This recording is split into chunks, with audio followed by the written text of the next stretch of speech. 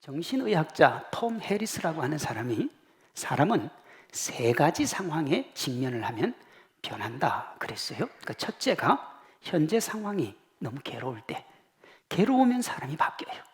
둘째, 소망이 보이지 않을 때, 앞으로 뒤로 좌로 우도 쳐다봐도 소망이 안 보여요. 그러면 사람이 변합니다. 셋째는 뭔가 새로운 걸 깨달았을 때, 그때 사람이 변해요. 사람이요. 해리스가 말하는 새로운 깨달음 중에 최고의 깨달음이 뭔 줄 압니까? 누구나 알고 있지만 위기의 순간을 맞이하면 거의 모든 사람이 잃어버리는 기본으로 돌아가는 겁니다. 산에서 길을 잃으면 골짜기를 헤매지 말고 높은 곳으로 올라가라 하는 말이 있습니다. 이 말에는 다양한 뜻이 있습니다만 그 중에 힘들고 어려운 일에 직면을 했을 때 기본으로 돌아가라는 말의 의미도 되는 거예요. 기본으로 돌아가면 답답한 상황이 이기고 위기를 기회로 만들 수 있다는 거예요. 교회를 와해시킬 만큼의 외부 박해와 핍박에도 불구하고 예루살렘 교회가 성장을 하지요. 그렇게 성장하고 부흥하던 교회가 걷잡을 수 없는 위기를 맞습니다. 한 마음, 한 사랑, 한 뜻으로 증인의 삶을 살던 이들 사이에 분열이 찾아온 거예요. 교회가 풍전등화의 위기에 빠졌습니다. 이 절체절명의 위기 앞에 교회 지도자였던 12사도가 기도와 말씀이라는 대안을 제시하고 그 대안으로 극복을 해나갑니다. 나아가 위기를 기회로 만들어서 공동체 구성원들이 더욱 하나가 되고 이전보다 더 큰 성장과 부흥으로 나아가지요. 6장 7절입니다. 하나님의 말씀이 점점 왕성하여 예루살렘에 있는 제자의 수가 더 심히 많아지고 그랬어요. 그런데 1절과 7절에 보면 1절도 제자의 수가 많아지고 7절도 제자의 수가 많아져요. 근데 1절은 어떻게 되어 있느냐? 제자의 수가 더 많아져서, 그리고 7절은 더 많아지고 사이에 심히라는 단어가 하나 더 붙습니다. 더 심히 많아지고 많아졌어요. 예루살렘 교회가 위기를 기회로 바꾼 중심에는 뭐가 있느냐? 기도와 말씀이 있습니다. 이 기본으로 돌아갈 수밖에 없었던 이유, 그리고 기도와 말씀이 하나님의 교회를 거룩하게 했던 이유가 사도행전 초반부에 나옵니다. 볼까요? 예루살렘 교회의 시작이 다락방 공동체지요. 이 다락방 공동체가 왜 다락방에 모였습니까? 말씀과 기도 때문에 모인 겁니다. 그저 우리 흩어지기 싫으니까 우리 함께 있었는데 계속 함께 있자, 그렇게 된 게 아니고요, 말씀을 토대로 기도하기 위해 모인 공동체입니다. 1장 4절에 예수님이 120명의 제자들에게 이렇게 말씀을 하세요. 자, 말씀입니다. 예루살렘을 떠나지 말고 내게서 들은 바 아버지께서 약속하신 것을 기다리라 그랬습니다.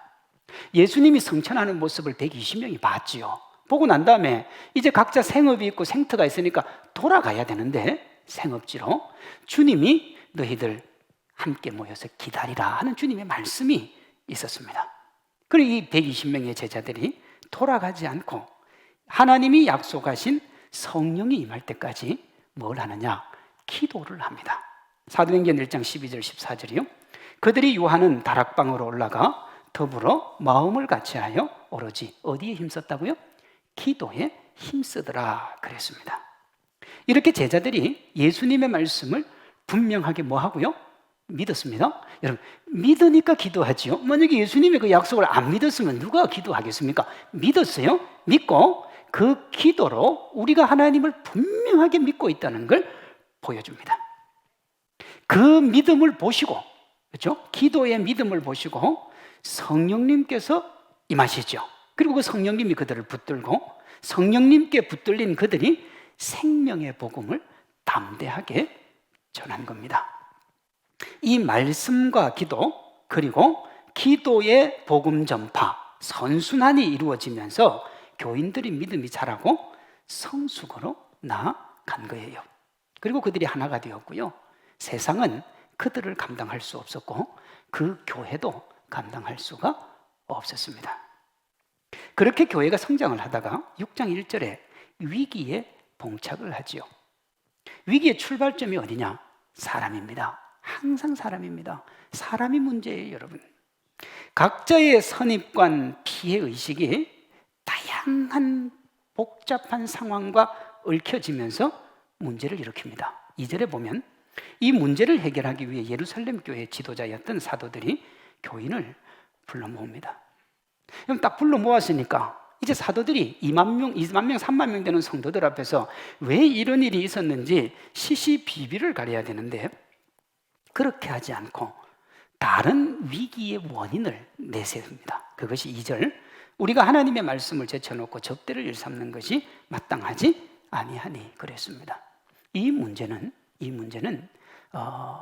헬라파 유대인들이 히브리파 유대인들을 비난한 게 문제가 아니고 그 비난을 통하여 우리 성도들이 서로 싸운 게 문제가 아니고 그 근본적인 원인은 우리가 또 교인들이 말씀과 기도에 집중하지 않아서 그렇다 그런 거예요.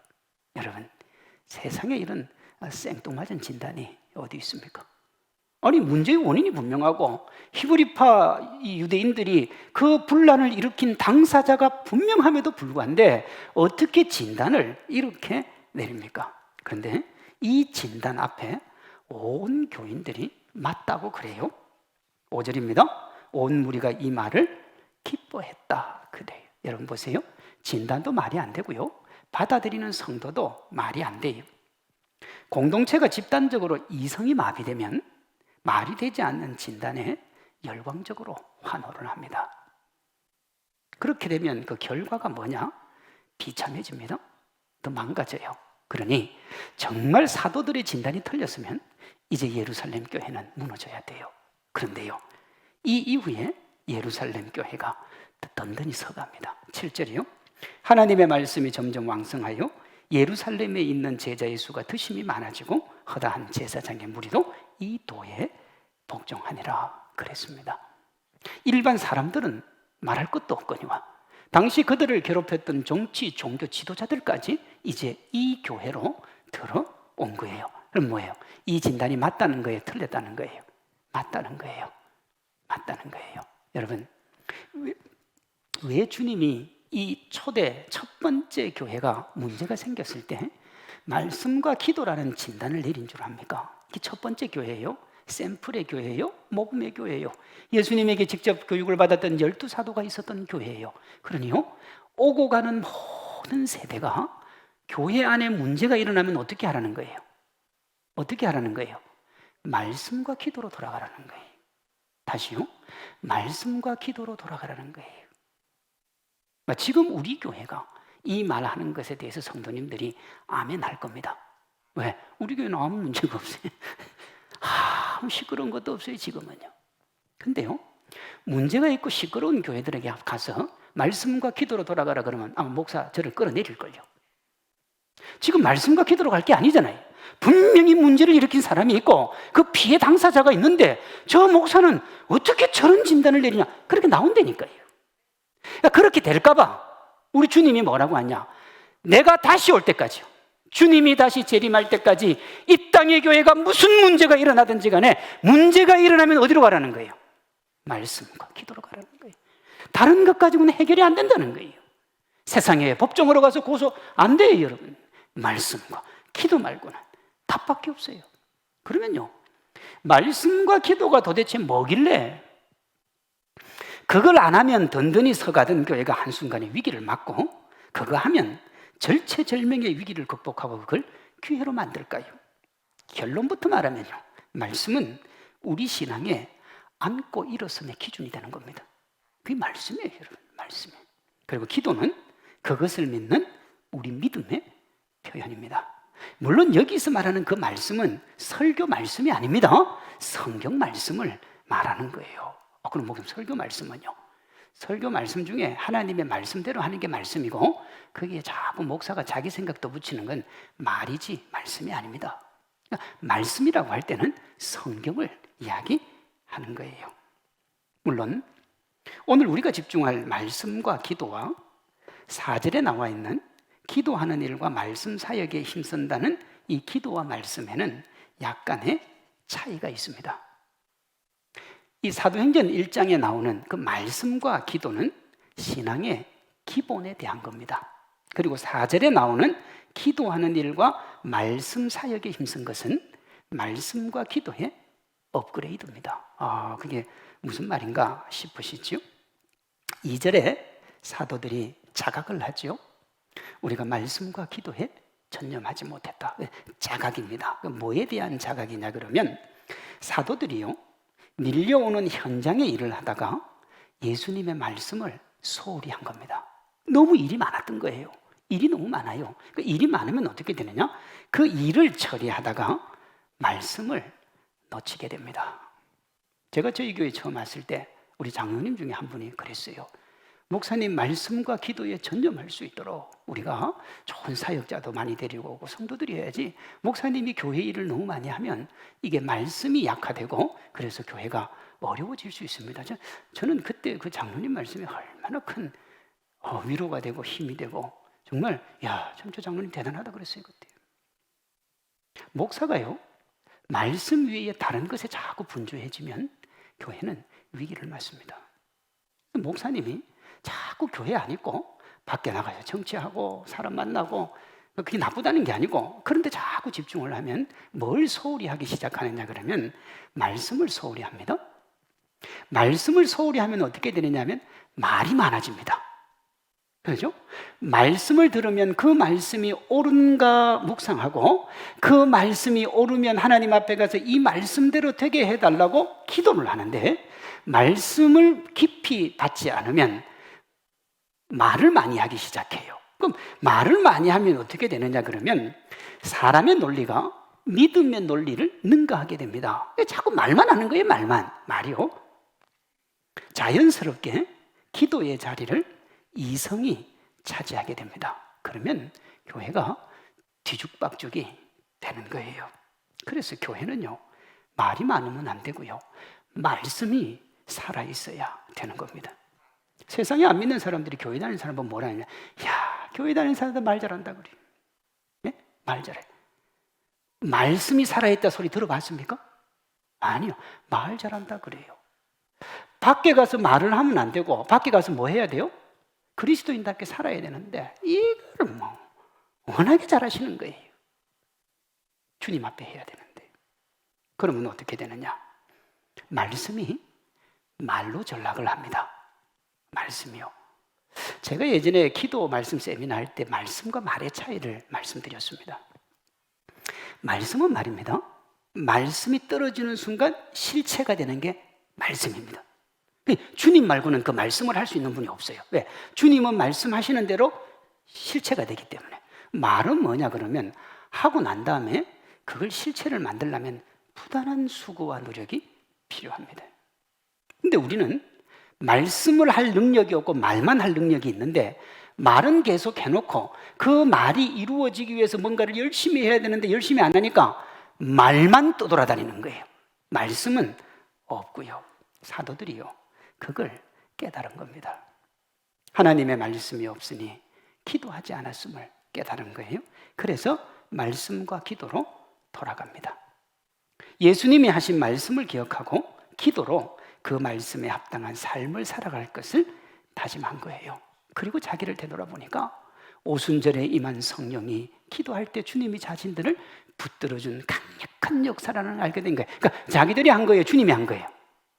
다시요, 여러분, 사도들이 한 거예요, 주님이 한 거예요? 주님이 하신 거예요. 사도들이 그걸 깨달은 거예요. 저들이 부한 자들이 헌금하는 것도 주님의 뜻 안에서 한 거예요.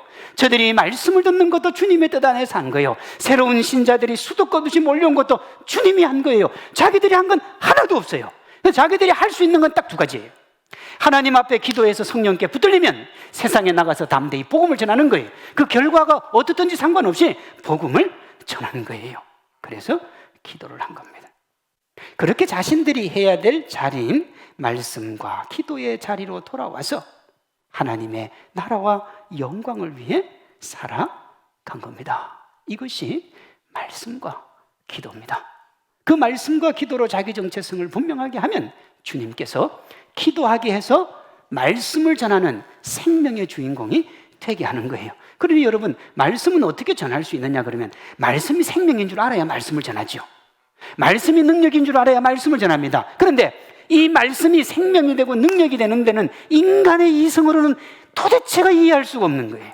도대체 깨달을 수가 없는 거예요. 그러니까 이 말씀이 능력이요 생명이 되려면 기도를 통해서 하나님 앞에 붙들려야 되는 거예요. 사도들이 그걸 깨달은 겁니다. 이것이 말씀과 기도로 돌아가는 거예요. 오늘 우리가 살펴볼 것은 이 성령님께 붙들려서 말씀을 전하는 이 생명 사역보다 우리가 말씀을 통하여 기도함으로써 하나님의 정체성, 하나님의 사람의 정체성을 가지는 것에 대해서 살펴볼 겁니다. 말씀과 기도는요 절대로 분리될 수가 없습니다. 왜냐하면 말씀을 토대로 기도하기 때문에 그렇습니다. 그래서 선후관계를 따지면 항상 뭐가 먼저냐? 말씀이 먼저입니다. 이걸 잘 표현한 말이 기도를 알려거든 성경을 펼쳐라 하는 말입니다. 성경을 알아야 기도할 수 있는 거예요. 절대적으로 기도는 말씀에 기반을 두고 있습니다. 기도의 토대가 말씀인 거죠. 살펴봅니다. 먼저 말씀입니다. 우리 신앙의 모든 기준은 성경에서 나오는 말씀입니다. 성경 말씀이에요. 하나님이 모든 만물보다 먼저 계신 영원하신 분입니다만은 우리가 성경이 없으면 그 하나님을 알 수가 없어요. 그러니 하나님이 먼저입니다만 현실적으로는 뭐가 먼저입니까? 성경이 먼저입니다. 다시요. 하나님이 먼저예요. 하나님이 계시고 말씀이 계시니까요. 그러나 우리의 현실에서는 말씀이 먼저입니다. 성경이 하나님이 어떤 분인지 우리에게 알려주고 우리가 그 말씀을 토대로 하나님을 믿는 거잖아요. 디모데후서 3장 16절이요. 모든 성경은 하나님의 감동으로 된 것으로 그랬습니다. 이 감동이라는 말이 뭐냐? 말씀이 곧 하나님이시라 그거예요. 요한복음 1장 1절은 그걸 이렇게 말합니다. 태초에 말씀이 계시니라. 이 말씀이 하나님과 함께 계시는 이 말씀이 곧 뭐라는 거예요? 하나님이라. 그 다음에 뭐가 나옵니까? 말씀이 육신이 되어 우리 가운데 가하였으니 독생자의 영광이라. 그러니까 말씀이 하나님인데 그 말씀이 예수님이 되신 거예요. 그래서 삼위일체가 나오는 거예요. 그러니까 예수님이 말씀이에요. 그러니까 예수님이 하시는 말씀은 전부 실체가 되는 생명입니다. 근데 이 말씀이 우리에게 어떤 역할을 하느냐? 히브리서 4장 12절이요. 하나님의 말씀은 살았고 운동력이 있어 좌우의 날선 어떤 검보다도 예리하여 혼과 영과 및 관절과 골수를 찔러 쪼개기까지 하며 또 마음과 생각과 뜻을 뭐 한다고요? 감찰한다 그랬습니다. 우리 신앙과 삶의 모든 기준이 뭐냐? 말씀입니다. 그러니 우리 신앙과 삶에서 가장 중요한 것도 말씀입니다. 우리가 때로 이런저런 이야기에 신앙이 흔들리는 경우가 있죠. 두 가지입니다. 하나는 제대로 모르기 때문에 흔들리는 겁니다. 둘째는 말씀을 신앙과 삶의 절대 기준으로 삼지 않으면 흔들립니다. 그러면 흔들려요. 분명히 목사님이 성경에 이렇다라고 얘기를 했는데 밖에 나가서 들어보니까 딴 얘기를 해요. 그러면 어떻게 하면 돼요? 네가 틀렸어 그러면 돼요. 왜? 성경이 이 사람하고 다르니까. 성경은 무조건 맞으니까요. 그런데 뭐라고 하냐? 안 그런데 내가 목사님한테 다시 물어볼게. 근데 목사님한테 물어서 뭐합니까? 그럼 만약에 목사님이 그 말 맞다 그러면, 만약에 목사님이 성경에 없는 걸 맞다 그러면 그 목사님 이단이지요. 그렇습니다. 그래서 이만희가 이단입니다. 문선명도 이단이고. 그래서 이단, 성경에 없는 말을 하면 이단이에요. 성경에 없는 걸 자기 맞다고 그러면 이단이라고요. 우리가 성경 말씀을 있는 그대로 믿어야 되는데 다양한 옵션 중에 하나로 봅니다. 그러니 어떻게 해요? 논리적인 증명이나 법적인 문서를 보여달라. 주님이 살아있는 거 보여주면 내가 믿겠다. 여러분, 논리적으로 증명이 되고 법적인 하자가 없다고 해서 그게 사실이 되는 게 아닙니다. 그 반대도 마찬가지입니다. 꼭 증명이 돼야지 진리고 증명 안 되면 가짜다. 그렇지 않다는 거예요. 우리나라에 트랜스젠더 논란을 촉발시킨 사람이 하리수라고 하는 사람입니다. 제가 사진을 준비하려고 그랬는데 안 했습니다. 법적으로 하리수는 여자입니다. 우리나라가 2002년 그에게 여자 호적을 주었습니다. 주민등록증도 여자로 되어 있습니다. 그래서 여자로 불립니다. 머리를 길게 하고 여자처럼 화장도 합니다. 그렇습니다. S라인도 나와 있습니다. 제가 독수리 학교 다닐 때 아이들에게 물어봤습니다. 하리수가 여자냐 남자냐 그랬더니 반이 여자라 그러고 반이 남자라 그랬습니다. 독수리 학교는 부모님들이 다 신앙이 좋습니다. 정말 좋습니다. 그리고 부모님들도 기본적으로 반듯합니다.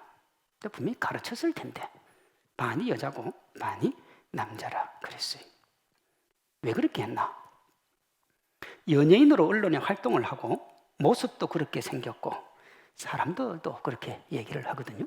그런데 여러분, 아무리 스스로가 다른 사람들이 언론이 여자라고 해도 걔가 남자인 건 변화가 없어요. 다르게 알고 계신 분 계십니까? 인터넷 들어가서 하리수를 딱 치면 예쁘장한 여자애가 나옵니다. 걔가 하리수예요. 근데 걔가요 남자예요. 누구도 아냐? 자기도 압니다. 자기 이름이 하리수죠. 그 영어로 그게 뭐냐 그러면 핫 이슈입니다. 그게 핫 이슈. 뭐예요? 뜨거운 논쟁을 불러일으킨 사람이에요. 그게 하리수예요. 핫 이슈예요. 이거는 그때 당시에 대단한 남자 아닙니까? 진리는 증명이 되든 그렇지 않든 진리입니다. 거짓이 증명이 되든 그렇지 않든 거짓입니다. 하리수가 멀쩡하게 논리적으로 아무리 여자라고 그래도 남자인 것은 변하지 않아요. 하리수는 절대 아기를 놓지 못해요. 오늘날 우리는 거짓과 위선을 감추는 교묘한 말의 홍수 속에 진리와 생명의 말씀인 무시받는 시대를 살아가고 있습니다. 말씀이 무시돼요. 이해가 안 된다는 거예요. 논리적으로 왜 말이 되냐는 거예요. 증명해 보라는 거예요. 사랑하는 성도 여러분, 증명되지 않는다고 해서 그 말씀이 거짓이 되는 건 아닌 거예요. 하나님이 살아계시기 때문에 그렇습니다. 그러므로 우리 믿음의 가장 큰 출발은 뭐냐? 하나님이 살아계심을 믿는 겁니다. 그 사도신경 시작에 뭐라고 되어 있습니까? 전능하사 천지를 만드신 하나님 아버지를 내가 믿사오며, 여러분 그렇게 시작하는 겁니다. 하나님의 존재를 믿는 믿음에서 우리 신앙의 모든 것이 시작되고 그 살아계신 하나님을 보여주는 것이 성경 말씀인 거예요. 누가 무슨 이야기를 하고 그럴듯한 논리를 붙여도 말씀을 최고의 가치와 기준으로 삼는 것에 흔들리지 않는 성도님들 되시기를 바랍니다. 다음으로 기도입니다. 우리가 신앙과 삶의 기준으로 믿는 말씀을 우리에게 실체화시키는 것이 기도입니다. 다시 사도행전 1장으로 갑니다. 사도들이 예수님이 하신 약속의 말씀을 믿고 기도를 합니다. 그리고 성령을 선물로 받지요. 이것이 말씀과 기도의 관계입니다. 주님의 말씀을 따라서 기도하고 그 말씀의 결과로 성령의 충만함이 임하고 성령의 충만함을 받으니 내 힘이 아니라 하나님의 힘으로 이 세상을 이겨가는 거예요. 여러분 예수님을 믿는데 왜 고단합니까? 왜 세상으로 나가면 힘들고 어렵습니까? 주님이 나를 붙들고 있어야 되는데 그저 교회에서는 말씀을 말로 듣고 그저 말로서 팽개치고 세상 가서 세상의 말로 내 힘으로 사니까 고단하고 힘든 거예요. 어려운 겁니다. 그게 얼마나 힘들고 어렵습니까? 제가 예전에 청년들 할 때, 청년 사회가 할 때 그랬습니다. 야, 나 한번 생각해봐라. 너는 백도 없어, 학력도 없어, 능력도 없어. 기껏 나와봐야 4년제 대학 나온 거 하나밖에 없는데 네가 살아갈 인생에 누가 너를 도와주겠냐고 그랬어요. 누가 도와줄 거예요? 저는 대학생들한테 그런 얘기 많이 했어요. 서울에서. 누가 도와줄 겁니까? 그 인생을. 백도 없고 줄도 없는데. 그럴수록 더 열심히 의지해야 되는 분이 누구냐면 주님 아닙니까? 왜냐하면 하나님이 성경에 보면 내가 너를 자녀 삼고 네 인생을 지켜주겠다고 약속해 주셨잖아요. 그러니 그 주님 믿고 우리가 살아가는 겁니다. 이게 말씀과 기도의 관계예요. 마태복음 7장에 이런 말씀이 있죠. 구하라 주실 것이요, 찾아라 찾아낼 것이요, 문을 두드리면 열릴 것이니 구하는 이마다 받을 것이요, 찾는 이는 찾을 것이요, 두드리는 이에겐 열릴 것. 여러분, 우리가 이 말씀의 기초에서 주님 두드리는 거 아닙니까? 말씀이에요, 말씀. 역대하 7장 14절에 이런 말씀이 있습니다. 내 이름으로 일컫는 내 백성이 그들이 악한 길에서 떠나 스스로 낮추고 기도하여 내 얼굴을 찾으면 내가 하늘에서 듣고 그들의 죄를 사하고 그 땅을 고치겠다 그랬습니다. 주님의 이 약속이 있으니까 우리가 주님 앞에 기도하는 거 아닙니까? 너희에게 전염병이 임할 때에 나에게 와서 기도하라는 그 말씀 듣고 우리가 코로나19를 놓고 기도하는 것 아닙니까? 빌립보서 4장 6절이요 아무것도 염려하지 말고 다만 모든 일에 기도와 간구로 너희 구할 것을 감사함으로 하나님께 아뢰면 모든 지각에 뛰어난 하나님의 평강이 그리스도 예수 안에서 네 마음과 생각을 지키시리라. 그래서 여러분 마음이 힘들고 어려울 때 머리가 복잡할 때 하나님 앞에 가서 기도하는 것 아닙니까? 말씀과 기도가 이런 관계가 있습니다. 그러므로 하나님이 기뻐하시는 기도는 화려한 언어를 사용하거나 유창하게 말을 잘하는 게 아닙니다. 하나님은 하나님 앞에 올 때 말 잘하라고 한 적이 없습니다. 차라리 세상의 언어를 쏙 빼는 게 낫습니다. 그럼 기도는 어떻게 하는 겁니까? 주님이 주신 말씀을 가지고 하나님 앞에 그 말씀의 약속을 상기시켜 드리는 것이 기도입니다. 그러니 우리가 기도하기 전에는 뭐 해야 되느냐? 진짜 말씀을 정확하게 알아야 돼요. 하나님도 답이 없어요. 하나님이 하신 말씀을 가지고 하나님 앞에 딱 들이내면 이 하나님이 뭘 할 수가 없어요. 왜냐하면 하나님은 변하심도 없고 바꾸시는 것도 없고 후회하는 것도 없고 한 말을 뒤집는 것도 없기 때문에 그저 주님이 하신 말씀 가지고 주님 앞에 하면 주님이요 그대로 해주실 수밖에 없는 거예요. 말씀을 토대로 기도하면 누구도 기도의 대가가 될 수 있습니다. 보세요. 매주일 듣는 말씀으로 하는 기도가 최고의 기도고 하나님이 가장 기뻐하시는 기도입니다. 그리고 기도의 내용이 매주일 바뀌잖아요. 그렇죠? 제가 지난주 했던 설교 이번 주 똑같이 안 하거든요. 매주 바뀌거든요. 그러니 기도의 내용도 매주 바뀌기 때문에 이 기도가 샘솟도 솟아나게 되어 있습니다. 목사님 저는 기도하기가 너무 힘들어요. 똑같은 기도 계속 하려니 죽겠어요. 왜요? 자기 머리에 있는 거 계속 그 얘기만 하니까 그게 무슨 기도가 되겠습니까? 기도가요. 어떤 분들은 1년 내내 기도가 똑같지 않습니까? 전능하사 천지를 만드신 창세기부터 다시 오실 줄 믿습니다. 계시록까지면. 여러분 그래 하면 안 돼요. 그건 녹음기 틀어놓으면 되지 그 기도를 왜 합니까? 새벽에 말씀을 들으면 기도는 더 풍성해지죠. 하나님의 말씀을 그대로 하는 것이니 기도가 말이 아니라 말씀이 되고 예수님이 그렇게 기도하라고 하셨고 그 기도에 응답해 주시겠다 그런 거예요. 여러분 예전에 집회나 기도원 가보시면 찬송 부르고 기도할 때는 진짜 뜨겁게 열심히 하던 분들이 말씀만 들으면 자는 분들이 있어요. 왜 자냐 그러면 내가 이 말 자고 일어나서 다시 열심히 기도를 열심히 하기 위해서 말씀 들을 때는 잔다 이거예요. 여러분 기도는 뭘 토대로 해야 된다고요? 그 말씀 들을 땐 자요. 그럼 기도는 도대체 무슨 기도를 하는 거예요? 지 하고 싶은 얘기 하는 거예요. 그 기도는 하나님이 안 듣습니다. 근데 분명히 안 들어요. 안 듣는데 꺼내 또 혼자 밤새도록 철학 기도를 하네. 언제 힘들어 목은 허스키하게 쉬어가지고 내려왔는데 인생은 되는 게 하나도 없어요. 왜 그렇죠? 여러분 기도는 말씀을 토대로 하는 거라니까요. 말씀이 있어야 기도 힘이 있어요. 그걸 시편 1편은 이렇게 말합니다. 복 있는 사람은 오직 여호와의 율법을 즐거워하여 그 율법을 주야로 묵상하는 자로다. 그는 시냇가에 심은 나무가 철을 따라 열매를 맺으며 그 잎사귀가 마르지 아니함 같으니 그가 하는 모든 일이 다 형통하리로다 그랬습니다. 왜 형통합니까? 말씀 들으면 무조건 뭐 하게 되어 있습니까? 무조건 기도하게 되어 있습니다.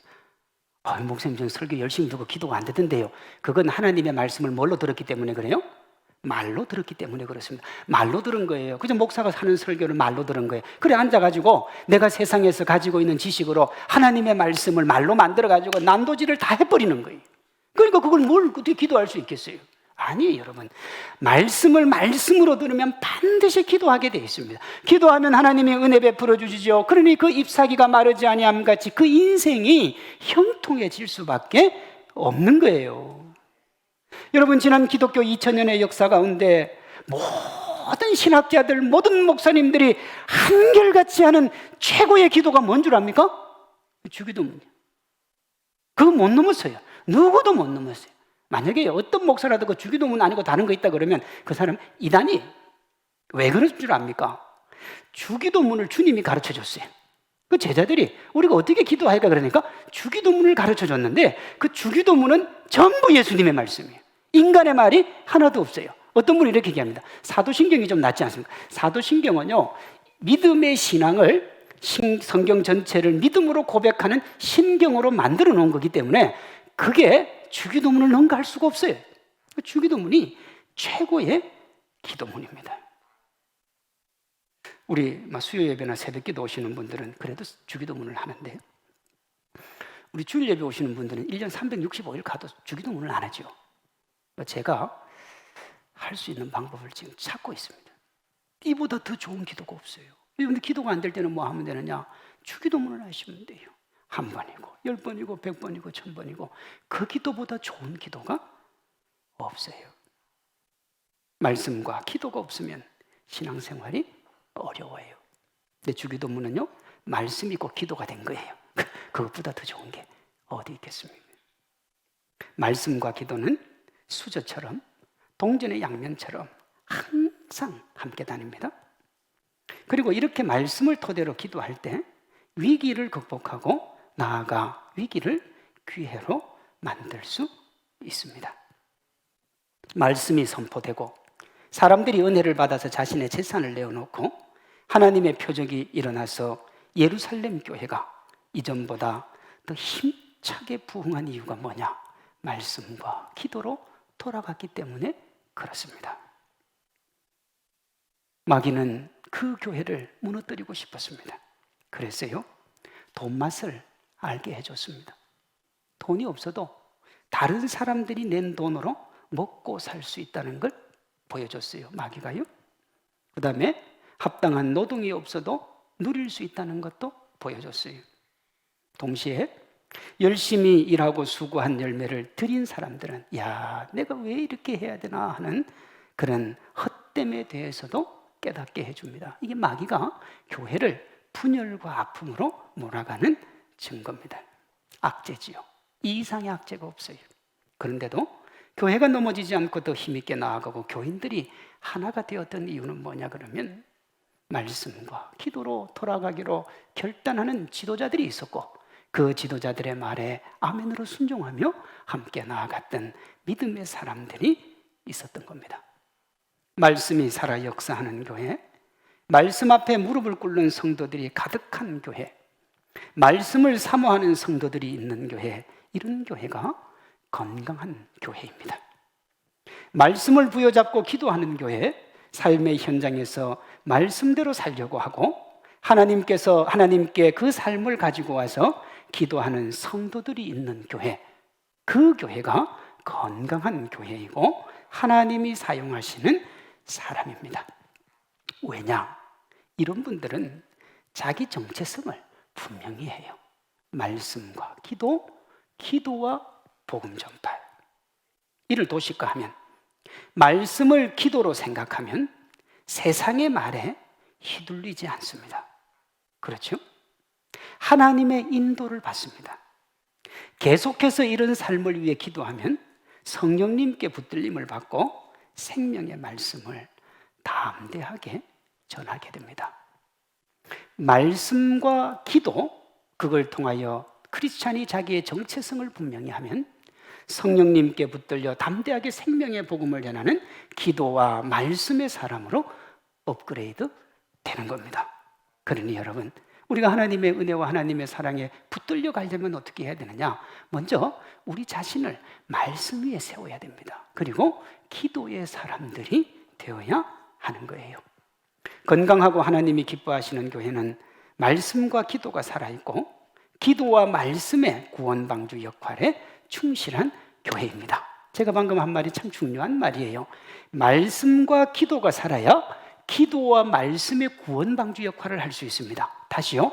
말씀과 기도로 자기 정체성을 분명히 하는 사람들이 많아져야 그 교회가 기도와 말씀의 구원의 방주 역할을 할 수가 있다고요. 건강하고 하나님이 기뻐하시는 성도는 말씀과 기도로 자신의 정체성을 분명히 하고 기도와 말씀으로 증인의 삶을 살아내는 거예요. 증인의 삶을 살기 위해서는 반드시 말씀과 기도가 있어야 돼요. 그 말씀과 기도 위에 증인의 삶이 세워지는 겁니다. 건강하고 하나님이 기뻐하시는 목회자는 성도들에게 말씀을 잘 먹이고 그 말씀을 토대로 기도하며 말씀과 기도의 힘으로 삶의 현장에서 성령께 붙들려 살아가도록 권면하고 기도하고 무릎 꿇는 사람이 좋은 목회자입니다. 이제 말씀과 기도가 분명한 크리스찬임을 기억하고 자연스럽게 그 토대 위에 성령님께 붙들린 믿음의 주인공이 되어 세상에 담대하게 말씀을 전파하는 귀한 믿음의 주인공으로 쓰임받는 우리가 되기를 소망합니다. 모든 교회의 모범인 예루살렘 교회와 성도들은 말씀과 기도로 위기를 극복했고요. 나아가서 말씀과 기도를 기도와 말씀으로 업그레이드 시켜서 위기 극복을 넘어 위기를 기회로 만들었습니다. 저는 코로나19의 상황을 지나면서 초반에는 사실은 제가 위로나 여러분 우리에게 힘이 되는 설교를 많이 했었습니다. 그러다가 제가 중간에 하나 깨달았습니다. 이 코로나 기간을 우리 사랑하는 성도들과 제가 말씀과 기도를 틈틈이 하는 시간으로 삼자. 그러려면 기도가 먼저가 아니라 항상 말씀이 먼저예요.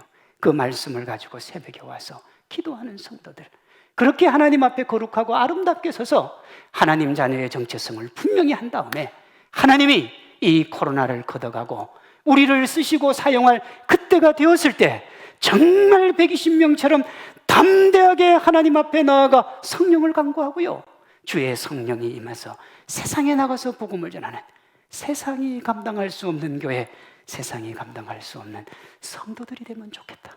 여러분, 제가 새벽에 나와서 하는 기도의 제목이고 제가 말씀을 준비하면서 하는 기도의 제목입니다. 우리 교회와 각자가 말씀과 기도로 하나님 자녀임을 분명하게 하고 성령님께 붙들려서 삶의 자리에서 담대하게 생명의 말씀을 전하는 기도와 말씀의 사람들이 되기를 소망합니다. 그래서 위기의 한국교회의 희망이 되고요. 그렇잖아요. 지금 이 땅의 교회를 위기라고 그러잖아요. 야, 성산교회 뭐 성도 700명밖에 안 되는 그 작은 교회 뭐가? 아니요. 하나님은 하나님의 말씀이 있는 교회를 거룩하게 사용하시는 거예요. 그리고요, 움츠려져 있는 수많은 교인들에게 자신감도 심어주고요. 우리가요, 야, 성산교회 교인들 보니까 움츠리지 않더라. 세상이 뭐라고 해도 담대하더라. 힘이 있더라. 소망이 있더라. 그래서 시대를 이기는, 세상이 감당할 수 없는 하나님의 사람들 되시기를 주님의 이름으로 축원합니다.